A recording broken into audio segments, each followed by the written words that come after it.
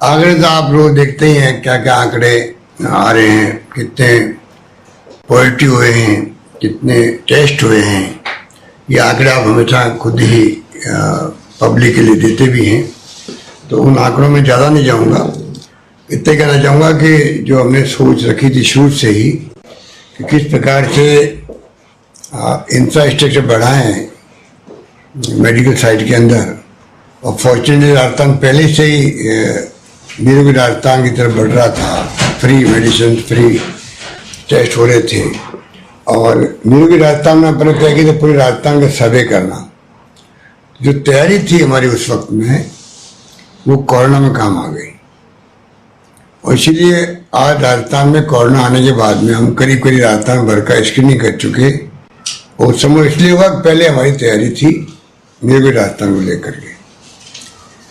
और आईसीयू के बेड की बात हो, चाहे वेंटिलेटर की बात हो, पीपीई किट की बात हो, सब में हम लोगों ने जो जो टारगेट रखे वो हमने पूरे किए। और तो और जो पहले सैंपल भी बाहर जाते थे, स्वाइन फ्लू के पहले तो बिल्कुल कुछ नहीं था यहाँ पर, और पुणे और दिल्ली भेजने पड़ते सैंपल। आज 10,000 की कैपेसिटी होना बड़ी उपलब्धि है राजस्थान के अंदर टेस्ट की, और 25,000 का टारगेट तो बना लिया है, और 30,000 तक जा सकते हैं हम लोग। 2 मशीन अमेरिका से मंगाई गई स्पेशल, जो कोबास 8800 जो नई मशीन आई है, 4,000 टेस्ट एक साथ करती है। इस प्रकार से पूरी तरह राजस्थान तैयार है, प्रिपेयर्ड है और सतर्क है कि कैसी भी स्थिति आएगी राजस्थान के लिए। क्योंकि आप देखते हैं कि ये बहस चलती रहती है राज्यों में भी, राष्ट्रीय स्तर पर भी और विश्व स्तर पर भी, कि पता नहीं क्या मोड़ लेगा कोरोना। कोई कहते हैं मई के अंत तक काफ़ी ठीक हो जाएगा, कुछ कहते हैं कि नहीं वापस शुरू हो सकता है, कुछ कहते हैं लंबा चलेगा। पर राजस्थान वो राज्य देश के अंदर है जिसने कैसी भी स्थिति आएगी तो कोरोना की जंग में हम लोग विजय हों, आप सबके सहयोग से, पूरे प्रदेशवासियों के सहयोग से ये तैयारी हमने कर ली है, और मुझे यकीन है कि उसमें हम लोग कामयाब होंगे। महामारी बड़ी खतरनाक है, इसमें कोई दो राय नहीं। और एजुकेट पब्लिक को आपने बहुत किया, हम लोगों ने काफ़ी कोशिश करी है कि पब्लिक तक बात पहुंचे, और काफ़ी लोग समझ भी गए हैं सोशल डिस्टेंसिंग का महत्व क्या है, मास्क लगाने का क्या महत्व है। इन बातों को काफ़ी हद तक समझ चुके हैं। गैदरिंग नहीं हो एक साथ में, अब पूरी तरह पाबंद रखना ये अच्छी बात नहीं है, क्योंकि सारी इंडस्ट्री, सारे व्यापार ठप हो गए हैं। तो कोरोना से तकलीफ बहुत भयंकर है स्वास्थ्य के रूप में। तो आजीविका के लिए अगर अर्थव्यवस्था शुरू नहीं होती है तो आने वाले वक्त में आप सोच सकते हो कि क्या स्थिति बनेगी रोजगार के लिए। चाहे मजदूर हो, गरीब आदमी हो, कोई व्यक्ति हो, आम आदमी, मध्यम वर्ग हो, चाहे वो, प्रत्येक नागरिक के लिए सामने संकट रहेगा। इसलिए वो भी जरूरी है। और भारत सरकार ने जो अभी कल परसों जो गाइडलाइन निकाली है, 15 दिन के लिए बढ़ा दिया है इसको, उस पर हमें सबको मतलब वापस शुरू करना पड़ेगा। किस प्रकार से परसेप्शन बना रहे कि लॉकडाउन पूरी तरह लागू आज भी है, जिससे कि डिसिप्लिन बना रहे पब्लिक के अंदर भी, उसमें हम छूट नहीं दे सकते। इतना ही फर्क है कि जो छूट दी गई है ग्रीन जोन में या ऑरेंज जोन में, उसको देखते हुए एक्टिविटी चालू हो जाए, व्यापार शुरू हो जाए और आवागमन ठीक हो जाए। पर वहाँ भी जो कहा गया है कि आपको तभी आप अलाउ हो बाहर, घर के बाहर, तब आप मास्क लगाओ, कंपल्सरी सोशल डिस्टेंसिंग रखो। डिटेल में आपको जो ऑर्डर जारी हुआ है उसके ऊपर एक चीज हम आपको बाद में कभी रात को ऑर्डर जारी करेंगे तो कॉपी भेज देंगे आपको। मैं तो खाली आपको इतना कहना चाहूँगा, कुछ हमने प्रावधान किए हैं। अगर कोई व्यक्ति नियमों को तोड़ता है तो उसके ऊपर भी कुछ फाइन लगाए, ये हमने उस पर प्रावधान किया है ऑर्डिनेंस के अंदर भी, और जो ऑर्डर निकलेगा ऑर्डिनेंस के बाद में उसमें भी प्रावधान कुछ किए गए। कुछ हम लोगों ने जो संकल्प लेके चल रहे थे कोई भूखा नहीं सोना चाहिए, तो मुझे खुशी ये बात कहते हो, शायद आपके बारे में इंफॉर्मेशन होगी कि राजस्थान में जिस कंफर्टेबल तरीके से पब्लिक को रखा गया है, विशेष रूप से मजदूरों को, असहाय लोगों को, दिहाड़ी मजदूरों को, कचरा बीनने वालों को, ऐसे लोगों को, और सबको जिस प्रकार से 2500 रुपये प्रति व्यक्ति दिए गए हैं, गेहूँ फ्री दिया गया है। गेहूँ हमने खरीद करके 21 रुपये किलो FCI से मार्केट प्राइस से खरीदना पड़ा, तब भी 60 लाख लोगों को हमने जो गेहूँ दिया है उसकी रेट थी 21 रुपये किलो। वो भी हमने मंजूर किया कि जो लोगों को राशन नहीं मिल रहा है दुकानों से, जो फूड सिक्योरिटी एक्ट में नहीं आ रहे हैं, उनको भी राशन मिलना चाहिए। राशन कार्ड नहीं है मान लीजिए तो ही मिलना चाहिए। ये बड़ी शिकायत यही थी, बाकी कोई शिकायत नहीं राजस्थान के अंदर थी। इसको भी हमने गेहूँ खरीद करके देना शुरू किया, प्रारंभ भी हो गया है और फीडबैक भी अच्छा आ रहा है। इस प्रकार से हमने कोई भूखा नहीं सोना चाहिए, इस थीम को लेके चले। उसमें हम लोग, मैं समझता हूँ कि मैंने कोई 400-500 की बात की होगी, सब जगह इस संतुष्टि है कि ये काम बहुत अच्छे ढंग से होगा, कुछ शिकायत नहीं। और करीब 78 लाख लोगों को 2 महीने की पेंशन दी गई थी। अब भी पेंशन का नया महीना आएगा और पेंशन को देने के लिए हम लोग तैयार हैं। इस प्रकार से सभी वर्गों को हमने ये कोशिश करी है किस प्रकार ऐसे कठिन समय में हम लोग प्रयास करें कि उनको परेशानी कम से कम हो। उद्यमी और इंडस्ट्रियलिस्ट भी बहुत दुखी हैं, MSME वाले भी दुखी हैं और इंडस्ट्री भी दुखी है, क्योंकि सबकी आय तो बंद हो गई, फैक्ट्री बंद पड़ी है, मजदूर जा रहे हैं। अब करीब राजस्थान में 1 लाख के करीब मजदूर आ चुके हैं राजस्थान में बाहर के राज्यों से, और 56,000 के करीब जा चुके हैं राजस्थान से। तो एक मांग ये भी है इंडस्ट्री की, भाई मजदूर जाएंगे तो हम काम कैसे करेंगे। तो ये तो एक डिमांड सप्लाई के साथ निर्भर करेगा, क्योंकि एक बार तो मजदूर जो परेशान हुए हैं तो उनके दिल में आ गया मुझे एक बार गांव जाना है, हम रोक भी नहीं सकते। 14 लाख 55 हजार, करीब 15 लाख लोगों ने रजिस्ट्रेशन करवाया है टोटल राजस्थान के अंदर, जिसमें मेरे ख्याल से अधिकांश जो है 70% तो आने वालों का है, 30% लगभग जाने वालों का है। इस प्रकार से, और हमारी मांग पर ट्रेन भी चल गई है, आवागमन छूट मिल गई है, पर कुछ राज्य ऐसे भी हैं जो अभी तक तैयार नहीं हो रहे हैं आवागमन के लिए, ना तो वो भेजना चाहते हैं ना यहाँ से लेना चाहते हैं। उसमें आपके एक वेस्ट बंगाल, एक बिहार, एक तमिलनाडु, तेलंगाना, महाराष्ट्र और यूपी, ये राज्य अभी तैयार नहीं हुए हैं। इस कारण तकलीफ हमें हो रही है कि वो मजदूर लेना नहीं चाहते हैं। आप देखा होगा यूपी का तो परसों रात को क्या हुआ तमाशा, वहाँ पर बॉर्डर पर मजदूर जा चुके थे मध्य प्रदेश या गुजरात से, सूरत से, और उनको वापस जाना पड़ा और बहुत ज़्यादा झगड़े भी हुए बॉर्डर। तो ये स्थिति भी चीफ सेक्रेटरी लेवल पर लगातार प्रयास जारी है। आज भी सुबह कैबिनेट सेक्रेटरी साथ में VC या होम सेक्रेटरी साथ में VC हुई है, वो तमाम पॉइंट जो हम लोग फील करते हैं, मेरी ख्याल प्रोएक्टिव हो गया, हम ही लोग चल रहे हैं।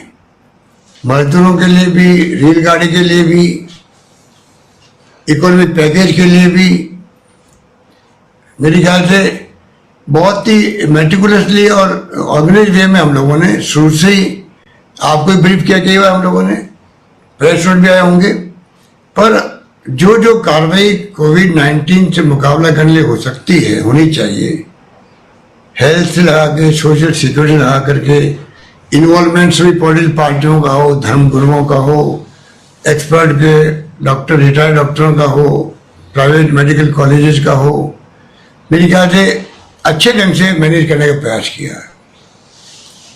और इसीलिए हम कह सकते हैं कि आगे भी मैनेजमेंट होगा। तो ये कॉन्फिडेंस इसीलिए है अभी तक जो कदम उठाए गए वो कदम हमें कामयाब हुए हैं। इसलिए उम्मीद है कि आगे कैसी संकट आएगा तो उसका मुकाबला करने के लिए पूरा राजस्थान सक्षम है, कॉन्फिडेंस है, ये मैं कह सकता हूँ। और ये राज्य कब एग्री करेंगे, क्योंकि हमारे अधिकांश लोग तो तमिलनाडु में, तेलंगाना में, वेस्ट बंगाल में प्रवासी रहते हैं। तो मैं आपके माध्यम से उनको भी कहना चाहूँगा, इतना बड़ा काम है, 15 लाख में से 7-8 लाख तो मेरे ख्याल से आने वाले लोगों की संख्या है। 8 लाख लोग ना तो ट्रेन में एक साथ आ सकते हैं, एक ट्रेन में आते सिर्फ 1,200 लोग जाते हैं, क्योंकि सोशल डिस्टेंसिंग रखनी पड़ती है ट्रेन के अंदर भी। तो जब ट्रेन में कम लोग जाते हैं तो आप सोच सकते हो कि कैसे वो आ सकते हैं एक साथ में। उनको धैर्य रखना पड़ेगा। और धीरे धीरे कई जगह बसें शुरू हो रही है, कर्नाटक ने बस शुरू कर दी है। तो धीरे धीरे जब बस और ट्रेन साथ शुरू होगी और राज्य सरकारें एग्री कर जाएगी सिद्धांत रूप से, तब मैं समझता हूँ कि आराम से आवागमन होगा और चिंता करने की आवश्यकता नहीं। अभी कई लोग इसलिए मांग कर रहे थे कि पता नहीं जा पाएंगे लंबे समय तक। अब उनको विश्वास हो गया कि नहीं, लॉकडाउन में ढील काफी दी गई है, आवागमन शुरू हो रहे हैं। मैं उम्मीद करता हूँ वो इस बात को समझ जाएंगे, आराम से अपने प्लानिंग करेंगे, जल्दबाजी नहीं करेंगे। और सरकार जब के वो आएंगे तो सरकार पूरी तरह से जो उन्हें प्रोटोकॉल बना रखा है क्वारंटाइन का भी और रिसीव करने का, वो हम लोग पूरा करेंगे। और भी बात करेंगे।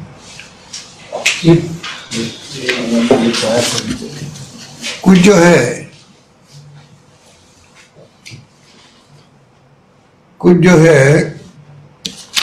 और बाकी जो हमने कई फैसले किए वो आपको समझ में हम बताते गए हैं। और अभी आप जब क्वेश्चन करेंगे तो कई आंसर्स में आ जाएंगे। धन्यवाद आप सबका। सभी मीडिया के साथियों का स्वागत करते हुए मैं आज की इस परिचर्चा में पहले प्रश्न के लिए न्यूज 18 से श्री गोवर्धन चौधरी जी से अनुरोध करूंगा।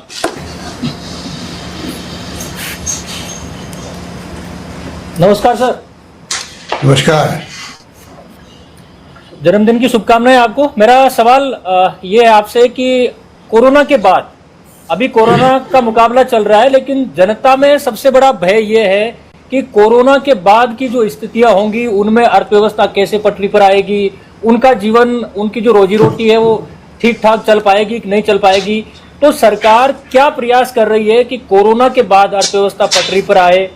दूसरा सवाल यह है कि केंद्र सरकार से, क्योंकि इस पूरे मामले में केंद्र की बड़ी भूमिका होगी राज्यों को मॉनेटरी रूप से और सारी चीजें फीड करने में, तो केंद्र से क्या अब तक कितना सहयोग आपको मिल पाया है। दो बड़े बिंदु हैं कि कोरोना के बाद निपटेंगे कैसे, अर्थव्यवस्था कैसे पटरी पर आएगी, और केंद्र कितना सहयोग कर रहा है। देखिए, अभी आरोप प्रत्यारोप लगाने का वक्त तो है नहीं, ना मैं लगाना चाहता हूं। और मैं अपील करना चाहूंगा हमारे विपक्षी नेताओं से भी राजस्थान के अंदर कि बिना तथ्यों के आरोप लगाना बंद करें। हम नहीं चाहते माहौल बिगड़े राजस्थान के अंदर। अभी तक का माहौल अच्छा बना रखा है और हम सबको श्रेय दे रहे हैं। हमने क्रेडिट को भी, क्रेडिबिलिटी जो सरकार ने बनाई है गवर्नेंस करके, बिरौड़ा मॉडल भी भारत सरकार के स्वास्थ्य सचिव ने घोषित किया, हमने तो किया नहीं था। या जो कदम उठाए हम लोगों ने आज तक, जिसको अप्रिशिएट पूरा देश कर रहा है, तो हमने तो कभी अपनी पीठ थपथपाई नहीं थी।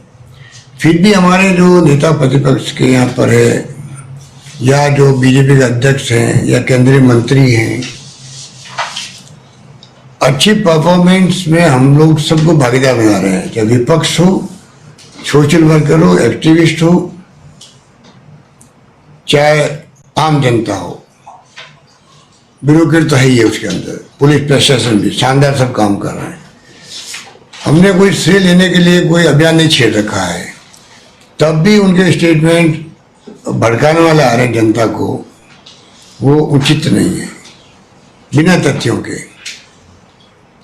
अभी तक तो कोई मदद मिली नहीं है। जो इमदाद जीएसटी पूरी मिलनी चाहिए वो पूरी नहीं मिली अभी तो, जो हमारा हक है। कुछ पैसा मिला 2,750 करोड़, तो वो हमारा जो हिस्सा था रेगुलर वे में मिलना था, चाहे कोरोना नहीं आता तो ही मिलता। एक 1,500 फिगर और है, तो कोरोना नहीं आता तब भी मिलता, वो पैसा हमें मिला अभी तक। जो कोरोना की महामारी ने पूरा चौपट कर दिया है देश की अर्थव्यवस्था को, राज्यों की अर्थव्यवस्था को, उस वक्त में जब तक केंद्र सरकार से जो हम लोगों ने मांग की है, राज्यों के लिए भी अलग से ग्रांट के रूप में पैसा मिले, ब्याज मुक्त कर्जा ले तो ब्याज मुक्त ले, हम लोग कर्जे का जो लिमिट होती है वो बढ़ाएं, मांगे ऐसी कि जो वाजिब मांगे हैं, आउट ऑफ द मांग कोई नहीं की हम लोगों ने। उसी रूप में भारत सरकार को बिहेव करना चाहिए, वो अभी तक सामने आ नहीं रहा। स्टिमुलस पैकेज दुनिया भर के America, England, France, Germany, Japan सब दे रहे हैं, बड़े बड़े अपनी जीडीपी का 10% लगा के 12% लगा के 15% तक दे रहे हैं। 12 से 15% किसे कहते हैं? हमारे यहाँ 1% भी नहीं मिला। उसके बगैर देश के अंदर, प्रदेश के अंदर इंडस्ट्री वापस चालू नहीं हो सकती। ऐसे एमएसएमई की बात छोड़िए, कोई चालू नहीं हो सकते। बड़ा स्टिमुलस पैकेज मिले, परचेजिंग पावर बढ़े, जनता तक पैसा पहुंचे और उनकी डिमांड बढ़े, वापस पैसा खर्च हो मार्केट में, तब जाके पूरी गाड़ी पटरी पर आएगी। उस दिशा में अभी कोई काम हो नहीं रहा है। कल सुना है प्राइम मिनिस्टर साहब ने कोई मीटिंग ली है, उम्मीद करते हैं कि कोई फैसला करेंगे, पर जल्दी फैसला होना चाहिए। तो ये स्थिति है। और जहाँ तक राजस्थान गवर्नमेंट का मामला है, वो तो आप जब उद्योग धंधे बंद ही पड़े हैं, तो रेवेन्यू जो है, रेवेन्यू तो आप देखते हो कोई मार्च में अप्रैल मिला करके करीब 10,000 करोड़ रुपए का लॉस हो गया है।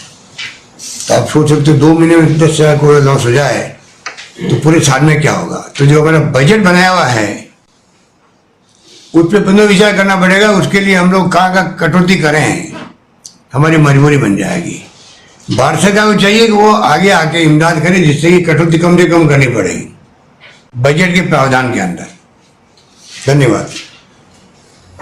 थैंक यू गोवर्धन चौधरी जी। मैं अगला नाम फर्स्ट इंडिया से नरेश शर्मा जी का कर रहा हूँ प्रश्न के लिए। नमस्कार मुख्यमंत्री जी, सबसे पहले तो आपको जन्मदिन की बधाई। और आप सबको मैं धन्यवाद एक साथ दे देता हूँ। धन्यवाद। मेरा जो प्रश्न है वो प्लाज्मा थेरेपी से जुड़ा हुआ है। मुख्यमंत्री जी, आईसीएमआर ने देश के करीब 20 इंस्टीट्यूट है जिनको प्लाज्मा थेरेपी के लिए ग्रीन सिग्नल दिया है, उनको इजाज़त दी है, लेकिन उनमें राजस्थान का नाम नहीं है। ऐसे में मेरा सवाल ये है कि राजस्थान में प्लाज्मा थेरेपी से इलाज कब तक शुरू होगा, और जो पेशेंट जिनका इलाज हो चुका है, क्या उनसे जो प्लाज्मा इकट्ठा करने की भी सरकार की कोई योजना है, कोई काम हो रहा है उससे? देखिए, पहली बात तो आईसीएमआर ने एसएमएस अस्पताल को परमिशन दे दी है प्लाज्मा थेरेपी करने के लिए। कल से वो शुरू हो जाएगी। और दूसरा जो डोनर्स तैयार कर रखे हैं, क्योंकि जो मरीज ठीक होता है उसके 28 दिन बाद में प्लाज्मा का प्रोसेस शुरू हो सकता है। और मरीज जो ठीक हो गया उसके ऊपर वो सब तैयारी कर रखी है। और राजस्थान में बहुत ही अच्छे ढंग से इस काम को अंजाम किया जाएगा। सवाल ये कि हर एक काम नहीं आता है, ये सिर्फ जो बहुत सीरियस मरीज होंगे, वेंटिलेटर में जाने वाले होंगे या ऐसे बहुत सीरियस मरीज होंगे, उसके ऊपर ये प्लाज्मा थेरेपी काम करती है। और वो भी अभी पूरे दुनिया के अंदर कई तरह की इसमें आशंका व्यक्त की जाए, रिसर्च भी चल रही है। तो तमाम बातें ध्यान में रखते हुए हम लोग आगे बढ़ रहे हैं। और जो विश्व में जो रिसर्च चल रही है उसमें एसएमएस हॉस्पिटल भी उसमें भागीदार है। और दूसरा मैं कहना चाहूँगा कि सबसे अच्छी बात है कि राजस्थान में जो है अभी वेंटिलेटर पे बहुत कम लोग हैं। तो एक पेशेंट अभी वेंटिलेटर पर है, इक्का दुक्का ही है। तो इसलिए कहने का मतलब कि इसका हमें आवाज से हम उस पर ध्यान रखेंगे। धन्यवाद। मैं नेक्स्ट प्रश्न के लिए इंडिया न्यूज राजस्थान से दिनेश डांगी जी को अनुरोध करूंगा। सर जन्मदिन की शुभकामनाएं पहले तो। धन्यवाद। सर राज्यों को जाहिर सी बात है इस संकट में पैसों की ज़्यादा से ज़्यादा ज़रूरत है और राज्य के जीएसटी सहित कई मदों में पैसे अटके हुए हैं, आप लगातार कह रहे हैं। तो ऐसे में ज़रूरत नहीं है कि टैक्स और जो अधिकार है वो राज्यों को मिलने चाहिए।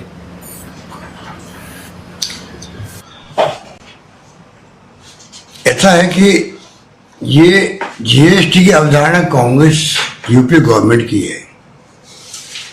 उस वक्त में हमारे यही साथी जो आज सत्ता में हैं, मैं उस वक्त भी मुख्यमंत्री था, तो मुझे मालूम है कि हमारी मीटिंगों में ये लोग विरोध करते थे, जीएसटी का विरोध करते थे। सरकार बदल गई, जीएसटी लागू करने का प्रोसेस इन्होंने आगे बढ़ाया। पर जो यूपी गवर्नमेंट की मंशा थी कि पूरे देश के अंदर जीएसटी सिर्फ 18% लगे, एक स्लैब बने, अगर वो सिस्टम लागू होता तो शायद ये जो स्थिति बनी, अभी तक भी संभल नहीं पाई है जीएसटी का प्रोसेस। बार जीएसटी काउंसिल की मीटिंग होती है, सुधार करते रहते हैं, छूट देते रहते हैं, ये नौबत नहीं आती। उससे सारे व्यापारी, सारे सभी लोग जो जीएसटी पे कर रहे हैं वो सभी परेशान हैं और सरकारी परेशान है, पूरा पैसा आ ही नहीं पा रहा है। तो ये स्थिति इसलिए बनी क्योंकि इन्होंने उसको जो जीएसटी जिस रूप में लागू होनी चाहिए थी उस रूप में लागू करने के बजाय रात को 12 बजे इन्होंने, जब फ्रीडम मिली थी देश को, तब जो वहाँ पर सेंट्रल हॉल के अंदर इकट्ठे हुए थे, उसी रूप में रात को 12 बजे इतनी इम्पोर्टेंस दी गई जीएसटी को, कोई बात नहीं। परंतु साथ में प्रैक्टिकली संभव हुआ नहीं होगा। 3 स्लैब रख दिया आपने, 28 के अलग, 18 के अलग, 3 स्लैब रख दी। अब उसको बार बार घटाते घटाते वापस ला रहे हो कम ज़्यादा, उससे पूरा मामला गड़बड़ा गया है। आज हमारी स्थिति है कि हम जीएसटी का जो हमारे हिस्सा बनता है उसका इंतजार कर रहे हैं राजस्थान के लोग। ये नौबत नहीं आनी चाहिए। धन्यवाद। थैंक यू डांगी जी। मैं पत्रिका टीवी से विशाल सूर्यकांत शर्मा जी से अनुरोध करूंगा कि कृपया अपनी बात रखें। नमस्कार सर। नमस्कार सर, मेरे 2 सवाल हैं। पहला तो ये कि ग्रामीण इलाकों में अर्थव्यवस्था है वो नरेगा की वजह से काफ़ी कुछ संभली है। राजस्थान में भी लाखों लोगों को रोजगार मिल रहा है, लेकिन क्या अब ये वक्त की ज़रूरत नहीं है कि शहरी इलाकों के अंदर भी हम कुछ शहरी गारंटी योजना है रोजगार की वो लेकर आए, जैसे कि केरल सरकार लेकर आई थी। इस वक्त में सबसे बड़ा ये ज़रूरत आपको महसूस होती है नहीं? अगर हाँ तो क्या इस दिशा में अपन काम कर रहे हैं? और दूसरा मेरा सवाल ये कि कितनी अभी इस वक्त क्या ज़रूरत है राजस्थान सरकार को इस मोड़ पर जब हम खड़े हुए हैं, और सरकार क्या कर्ज लेने का सोच रही है क्या? क्योंकि केंद्र से इमदाद में आप कह रहे हैं कि देरी हो रही है।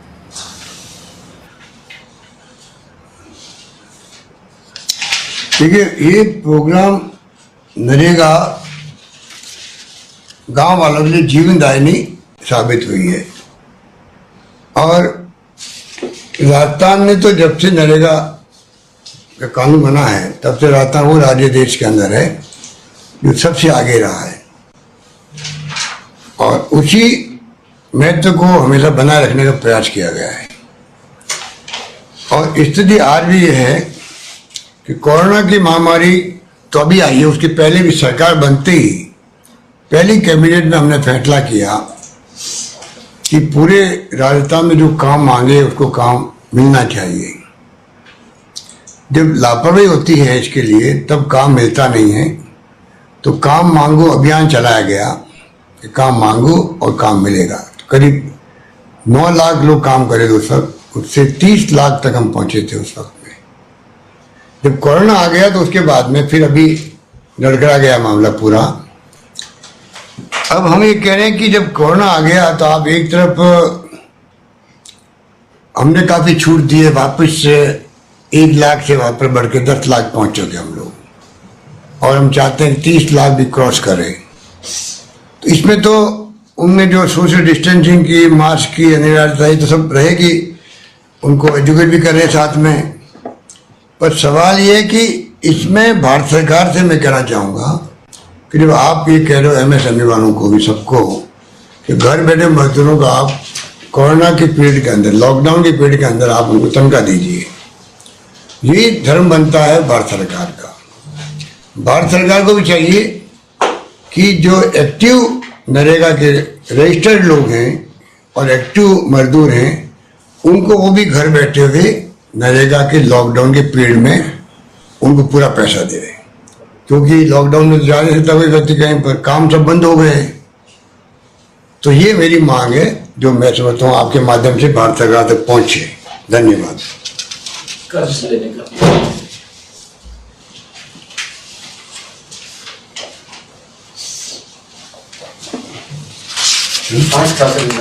कर्ज लेने का क्या सरकार कर्ज लेना चाहती है। क्या कर क्या क्या सरकार कर्ज लेगी? क्या कर्ज लेने का सोचती है? दूसरा सवाल था, क्या सरकार है वो इस पर सोच रही है इस वक्त की जो जरूरत है? अभी आपने कर्ज लेने की बात करी, अभी हमने RBI से लोन लिया है 2750 करोड़ का। पर ये मैं फिर आपको क्लियर कर दूं, ये हर राज्य की लिमिट बंदी हुई है देश के अंदर। उस लिमिट में आप जब आपको जरूरत हो एक साथ लेने के बजाय कभी 1000, कभी 2000, कभी 3000 जो भी है आप कर्ज ले सकते हैं। उसकी छूट अभी हमें मिली थी, उसके लिए छूट लेनी पड़ती है, परमिशन लेनी,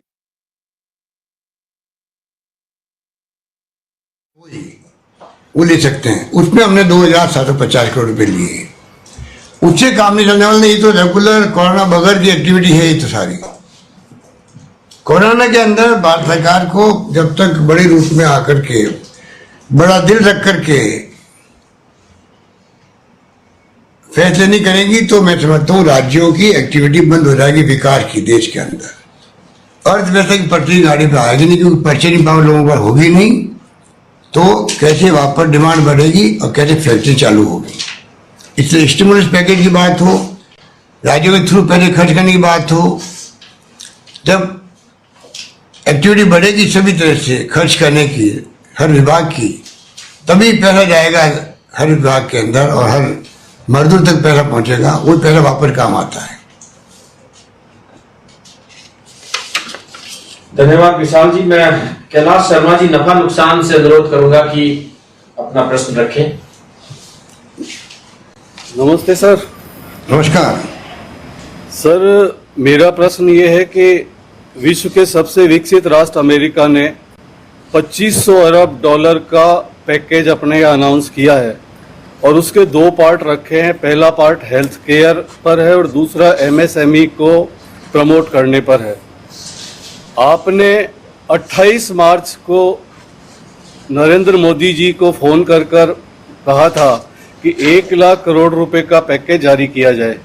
उस बात को 5 हफ्ते से ज़्यादा का समय हो गया। एक तो पैकेज पर उन्होंने कोई फैसला नहीं लिया, दूसरा भारत सरकार का जो अपना बजट है वो 30.42 लाख करोड़ रुपए का है।